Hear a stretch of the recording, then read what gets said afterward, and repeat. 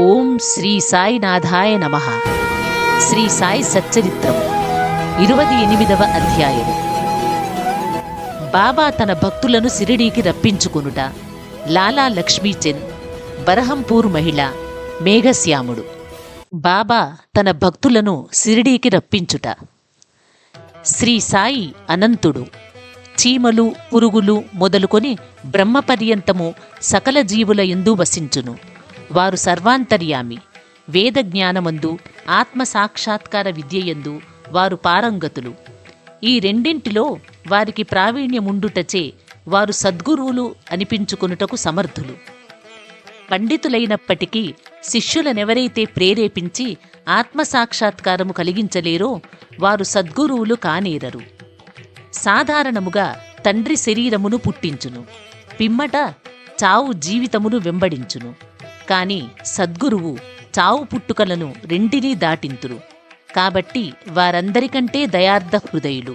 సాయిబాబా అనేకసార్లు ఇట్లు నుడివిరి: నా మనుష్యుడు ఎంత దూరముననున్నప్పటికీ, 1000 క్రోసుల దూరముననున్నప్పటికీ పిచ్చుక కాళ్లకు దారము కట్టి ఈడ్చినట్టులా అతనిని సిరిడీకి లాగెదను. అటువంటి 3 పిచ్చుకల గురించి ఈ అధ్యాయములో చెప్పుకుందుము. లాలా లక్ష్మీచంద్. అతడు మొట్టమొదట రైల్వేలోనూ, అటు తరువాత ముంబైలోని శ్రీ వెంకటేశ్వర ముద్రణాలయమునందును, తదుపరి ర్యాలీ బ్రదర్స్ కంపెనీలోనూ గుమస్తాగా ఉద్యోగము చేసెను. 1910వ సంవత్సరమున అతనికి బాబా సాంగత్యము లభించెను. శాంతాక్రజులో క్రిస్మస్ పండుగకు 1-2 మాసములకు పూర్వము స్వప్నములో గడ్డముతో ఉన్న ఒక ముసలివానిని, చుట్టూ భక్తుల గుంపులు గూడి ఉన్నట్లు చూసెను. కొన్నాళ్ల తరువాత దాసగణ కీర్తన వినుటకు తన స్నేహితుడు దత్తాత్రేయ మంజునాథ్ బిజూర్ ఇంటికి వెళ్ళెను. కీర్తన చేయునప్పుడు దాసగను బాబా పటమును సభలో పెట్టుట ఆచారం. స్వప్నములో చూసిన ముసలివాని ముఖలక్షణములు ఈ పటములోనున్నవానికి సరిపోయెను. కావున తాను సాయిబాబాను స్వప్నములో చూచినట్టుల గ్రహించెను. పటము, దాసగను కీర్తన, తుకారాం జీవితము, అప్పుడు దాసగను చెప్పుచున్న హరికథ ఇవన్నీ మనస్సున నాటి లక్ష్మీచంద్ సిరిడీ పోవుటకు ఉవ్విళ్ళూరుచుండెను. సద్గురుని వెదుకుటలోనూ ఆధ్యాత్మిక కృషియందును దేవుడు భక్తులకు సహాయపడుననున్నది భక్తుల అనుభవమే. ఆనాటి రాత్రి 8 గంటలకు అతని స్నేహితుడు శంకర్రావు వచ్చి తలుపు కొట్టి, సిరిడీకి వచ్చెదవా అని అడిగెను. అతని ఆనందమునకు అంతులేకుండెను. సిరిడీకి పోవలెనని నిశ్చయించుకొనెను. పినతండ్రి కొడుకు వద్ద 15 రూపాయలు అప్పు పుచ్చుకొని కావలసిన ఏర్పాట్లన్నీ చేసుకొనిన పిమ్మట సిరిడీకి పయనమయ్యెను. రైలులో అతడును స్నేహితుడు శంకర్రావును భజన చేసిరి. సాయిబాబాను గూర్చి తోటి ప్రయాణికులనడిగిరి. చాలా సంవత్సరముల నుండి సిరిడిలోనున్న సాయిబాబా గొప్ప యోగి పుంగవులని వారు చెప్పిరి. కోపరుగాం రాగానే అతడు బాబా కొరకు జామ పండ్లను కొనవలెననుకొనెను. కాని ఆ గ్రామ పరిసరములను, ప్రకృతి దృశ్యములను చూసి ఆనందించి ఆ విషయము మరచెను. సిరిడీ సమీపించుచుండగా వారికి సంగతి జ్ఞప్తికి వచ్చెను. అప్పుడే ఒక ముసలమ్మ నెత్తిపై జామ పండ్ల గంప పెట్టుకుని తమ గుర్రపు బండి వెంట పరిగెత్తుకుని వచ్చుచుండెను. అతడు బండి నాపి కొన్ని ఎంపుడు పండ్లను మాత్రమే కొనెను. అప్పుడా ముసలమ్మ తక్కిన పండ్లను కూడా తీసుకుని తన పక్షమున బాబా కర్పితము చేయుడని కోరెను. జామ పండ్లను కొనవలెను అనుకొనుట, ఆ విషయమే మరుచుట, ముసలమ్మను కలిసి కొనుట, ఆమె భక్తి ఇవన్నీయూ ఇద్దరికీ ఆశ్చర్యము కలుగజేసెను. ఆ ముసలమ్మ తాను స్వప్నములో చూసిన ముసలివాని బంధువై ఉండవచ్చుననుకొనెను. అంతలో బండి సిరిడీ చేరెను. వారు మసీదుపై జెండాలను చూసి నమస్కరించిరి. పూజా సామగ్రితో మసీదుకు వెళ్ళి బాబాను ఉచిత రీతిన పూజించిరి. లక్ష్మీచంద్ మనస్సు కరిగెను. బాబాను చూసి చాలా సంతసించెను. సువాసన గల తామర పువ్వును భ్రమరము చూసి సంతసించునట్ల బాబా పాదములను చూసి సంతసించెను. అప్పుడు బాబా ఇట్లనెను: చక్కరివాడు దారిలో భజన చేయును, నన్ను గూర్చి ఇతరులను విచారించుచూ ఉండును. ఇతరులను అడగనేలా, మన కండ్లతోడ సమస్తము చూడవలెను. ఇతరులను అడగవలసిన అవసరమేమి?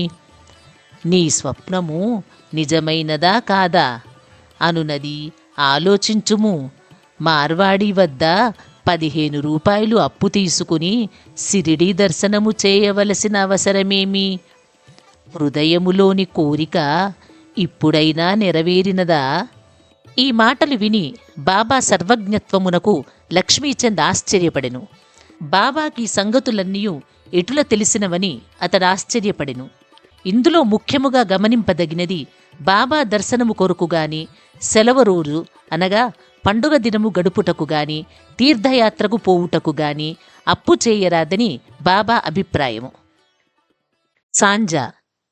మధ్యాహ్న భోజనమునకు కూర్చున్నప్పుడు లక్ష్మీచందుకు ఒక భక్తుడు సాంజాను ప్రసాదముగా నిచ్చెను. అది తిని లక్ష్మీచందు సంతసించెను. ఆ మరుసటి దినము కూడా దానిని ఆశించెను. కాని ఎవరునూ సాంజా తేలేదు.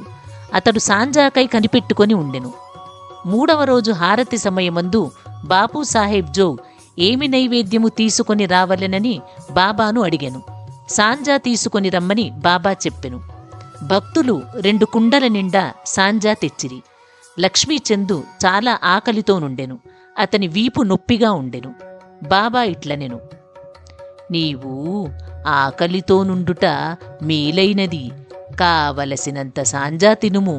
నీ వీపు నొప్పికి ఏదైనా ఔషధము తీసుకొనుము. బాబా తన మనస్సును కనుగొనెనని లక్ష్మీచంద్ 2వసారి ఆశ్చర్యపడెను. బాబా ఎంత సర్వజ్ఞుడు! దోషదృష్టి. ఆ సమయముననే లక్ష్మీచంద్ చావడి ఉత్సవమును చూసెను. అప్పుడు బాబా దగ్గుచే బాధపడుచుండెను. ఎవరిదో దోషదృష్టి ప్రసరించుటచే బాబాకు ఆ బాధ కలిగినదనుకొనెను. ఆ మరుసటి ఉదయము లక్ష్మీచందు మసీదుకు పోగా బాబా శ్యామాతో ఇట్లనెను, ఎవరిదో దోషదృష్టి నాపై పడుటచే నేను బాధపడుచున్నాను. ఇట్లు లక్ష్మీచందు మనస్సులో ఏమి భావించుచుండెనో అది అంతయు బాబా వెల్లడి చేయుచుండెను. ఈ విధముగా సర్వజ్ఞతకు కారుణ్యమునకు కావలసినన్ని నిదర్శనములను గని లక్ష్మీచందు బాబా పాదములపై పడి, మీ దర్శనము వలన నేనెంతో సంతోషించి తిని. ఎల్లప్పుడూ నా యందు దయాదాక్షిణ్యములు చూపి నన్ను రక్షించుము. నాకీ ప్రపంచములో మీ పాదములు తప్ప ఇతర దైవము లేదు. నా మనస్సు ఎల్లప్పుడూ మీ పాదపూజయందు మీ భజనయందు ప్రీతి చెందునుగాక. మీ కటాక్షముచే నన్ను ప్రపంచ బాధల నుండి కాపాడుదురుగాక. నేనెల్లప్పుడూ మీ నామమునే జపించుచు సంతోషముతో నుందునుగాక అని ప్రార్థించెను.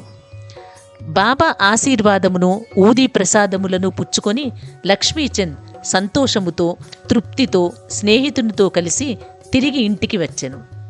దారిలో బాబా మహిమలను కీర్తించుచుండెను.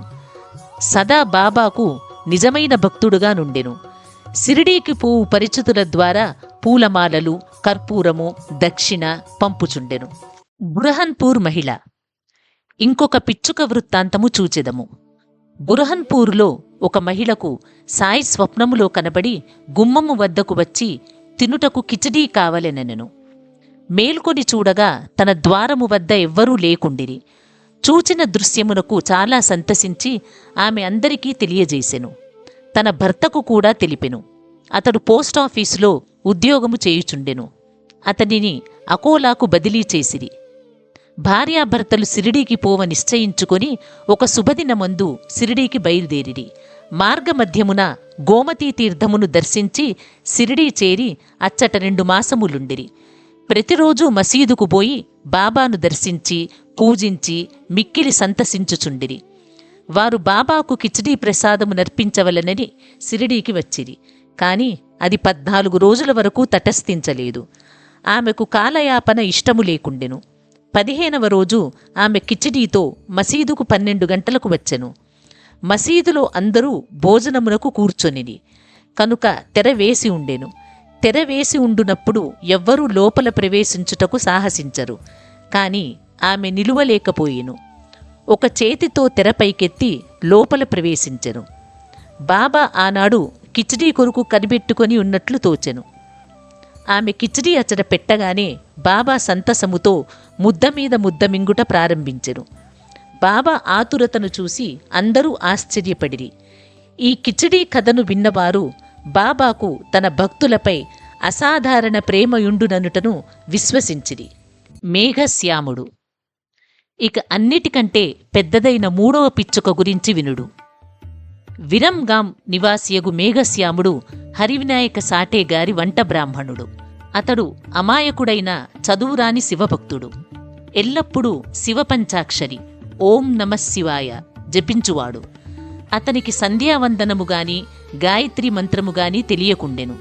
సాటే గారికి వీనియందు శ్రద్ధ కలిగి గాయత్రి మంత్రముతో సంధ్యావందనమును నేర్పించిరి.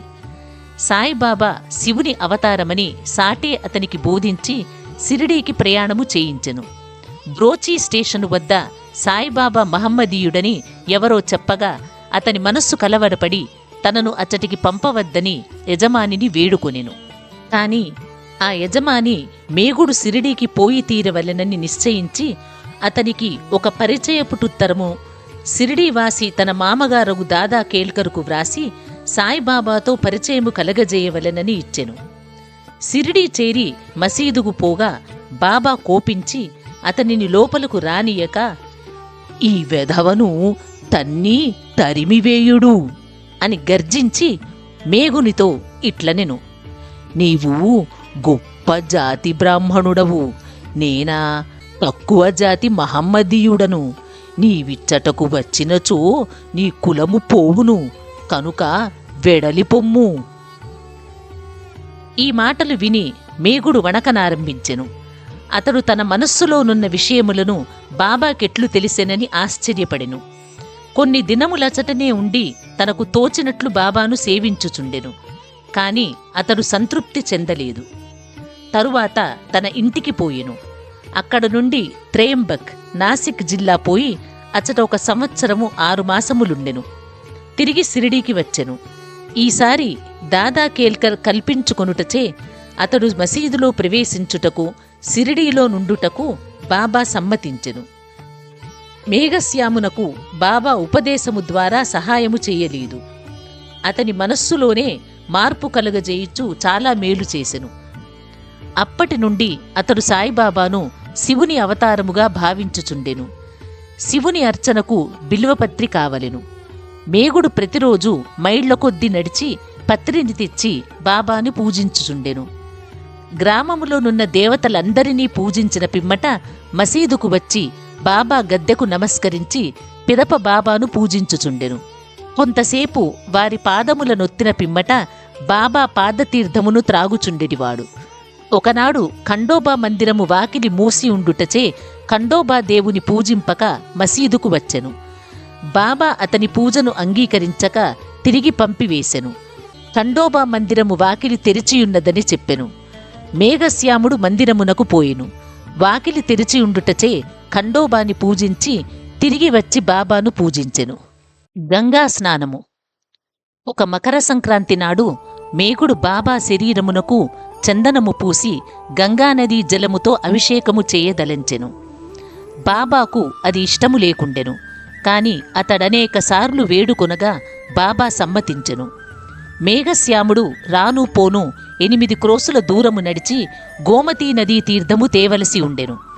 అతడు తీర్థము తెచ్చి యత్నములన్నీయూ చేసుకుని బాబా వద్దకు 12 గంటలకు వచ్చి స్నానమునకు సిద్ధముగా నుండుమనెను. బాబా తనక అభిషేకము వలదనియూ ఫకీరగుటచే గంగాజలముతో ఎట్టి సంబంధము లేదనియూ చెప్పెను. కాని మేగుడు వినలేదు. శివునికి అభిషేకమిష్టము గనుక తన శివుడైన బాబాకు అభిషేకము చేసి తీరవలెనని పట్టుబట్టెను. బాబా సమ్మతించి క్రిందికి దిగి పీటపై కూర్చుండి తల ముందుకు సాచి ఇట్లనెను, "ఓ మేఘా, ఈ చిన్ని ఉపకారము చేసి పెట్టుము. శరీరమునకు తల ముఖ్యము కావున తలపైనే నీళ్లు పోయుము. శరీరమంతటిపై పోసినట్లగును." అట్లే అని మేఘశ్యాముడొప్పుకొని నీళ్లకుండని పైకెత్తి తలపై పోయ యత్నించెను.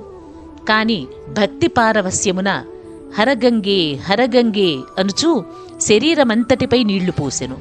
కుండనొక పక్కకు పెట్టి బాబా వైపు చూసెను. వాని ఆశ్చర్యానందములకు మేరలేదు. బాబా తల మాత్రమే తడిసి శరీరమంతయు పొడిగా నుండెను. త్రిశూలము, లింగము. మేఘశ్యాముడు బాబాను 2 చోట్ల పూజించుచుండెను. మసీదులో బాబాను స్వయముగా పూజించుచుండెను. వాడాలో నానాసాహెబ్ చాందోర్కరిచ్చిన పటమును పూజించుచుండెను. ఈ ప్రకారము 12 నెలలు చేసెను. వాని భక్తికి మెచ్చుకొనెనని తెలుపుటకు బాబా అతనికొక దృష్టాంతము చూపెను. ఒకనాడు వేకువ జామున మేగుడు తన శయ్యపై పండుకొని కండ్లు మూసి ఉన్నప్పటికీ లోపల ధ్యానము చేయుచు బాబా రూపమును చూసెను. బాబా అతనిపై అక్షతలు చల్లి, మేఘా, త్రిశూలమును గీయుము అని చెప్పి అదృశ్యుడయ్యెను. మేగుడు బాబా మాటలు విని ఆతురుతగా కళ్ళు తెరిచెను. బాబా కనిపించలేదు గాని అక్షతలక్కడక్కడా పడియుండెను. బాబా వద్దకు పోయి చూచిన దృశ్యమును గూర్చి చెప్పి త్రిశూలమును గీయుటకు ఆజ్ఞనిమ్మనెను.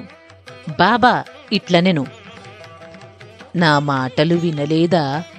త్రిశూలమును గీయమంటిని. అది దృశ్యము కాదు, స్వయముగా వచ్చి నేనే చెప్పి తిని. నా మాటలు పొల్లు కావు, అర్థవంతములు. మేగుడిట్లు పలికెను, మీరు నన్ను లేపినటులా భావించి తిని. తలుపులన్నీ వేసి ఉండుటచే అది దృశ్యమనుకొంటిని. బాబా తిరిగి ఇట్లు జవాబిచ్చెను, ప్రవేశించుటకు నాకు వాకిలి అవసరము లేదు, నాకు రూపము లేదు, నేనన్ని చోట్ల నివసించుచున్నాను.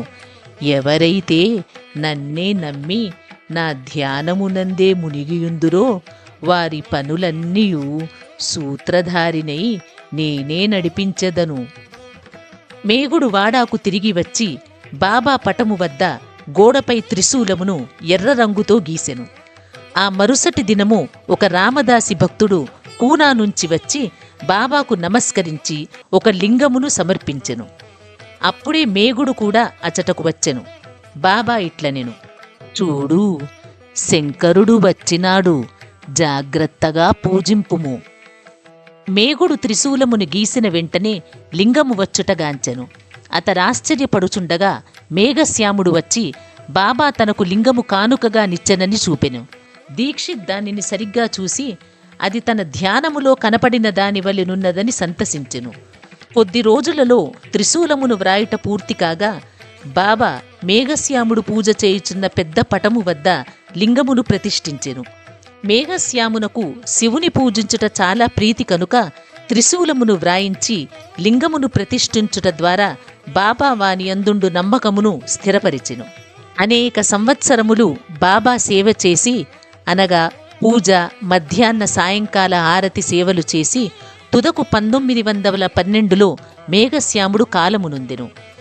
బాబా వాని కళేబరముపై చేతులు చాచి, ఇతడు నా నిజమైన భక్తుడు అనెను.